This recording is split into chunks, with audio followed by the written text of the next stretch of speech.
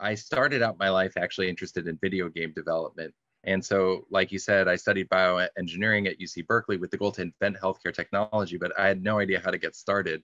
And a mentor of mine at that time told me that if you want to invent something, you need to understand the problem you're trying to solve first. And that's actually what led me to go to medical school and to become an orthopedic surgeon, where the problem is really four core dynamics, which I was seeing firsthand in my own training. The first problem is that there's too much to learn.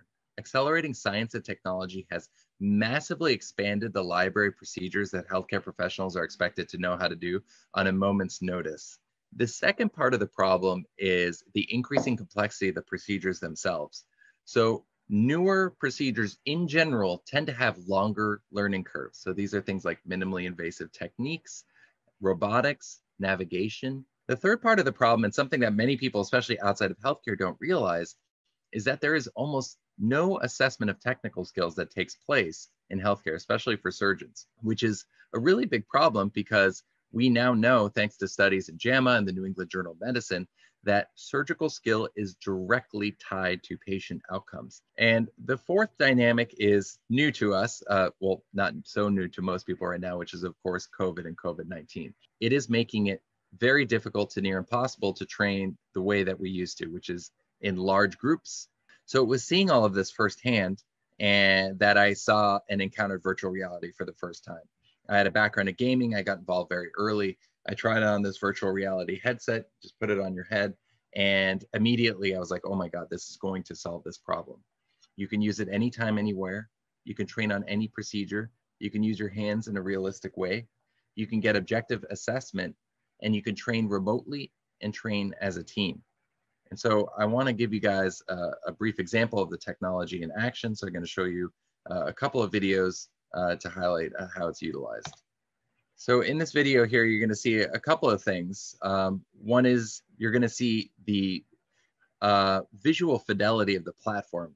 At this point, it's a pretty exciting time for VR where most people have tried virtual reality, but the technology and what we're able to do with OSSO VR's technology has improved significantly.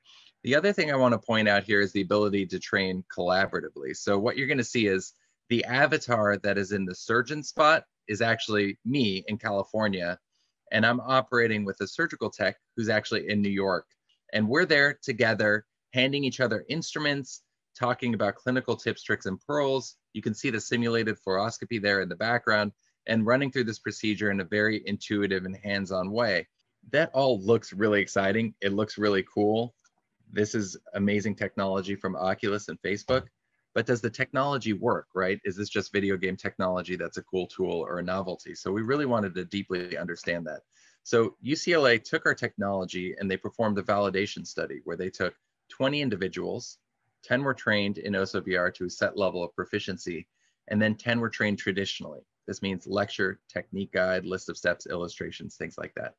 So you're going to see on the right, the OSSO VR trained and assessed individual really flying through this procedure, seems to know exactly what to do, is going to get a nice little handshake and a pat in the back at the end of it, and scene.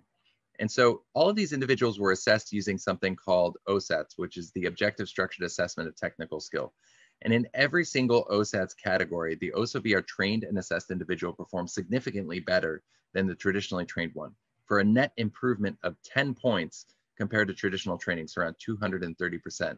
And this was published in the peer-reviewed Journal of Surgical Education early this year. A lot of people ask, well, how realistic is what you're doing in VR really? If you look at this motion analysis study, they actually put motion trackers on residents doing the surgery and then motion trackers on individuals using VR. And you can see, you could barely tell the difference between the two groups when you superimpose those two data sets. What we're demonstrating here is our individual analytics dashboards. And what we're assessing people on when they're training and assessing in OSSO VR is their knowledge of steps of the procedure, their ability to perform certain steps well, and then their efficiency. And so you're seeing all of that at a glance. You're seeing these triangles here are steps you either didn't remember or didn't perform well enough, and then your efficiency compared with a goal time. I think it's a very exciting time for virtual training and assessment. It's never been needed more so than now when, once again, we're having a lot of difficulties physically getting groups of individuals together, getting access to equipment, access to cadaver labs, and the ability to train like we used to. And the future I see in sort of this post-COVID world and this new normal is going to be a virtual curriculum that gives you a foundation so that we know that every single healthcare professional has some sort of foundational set of procedures at a specific quality level that they're able to perform. And in our view, our ultimate goal is there are 30 million healthcare professionals around the world that perform technical skills with patients.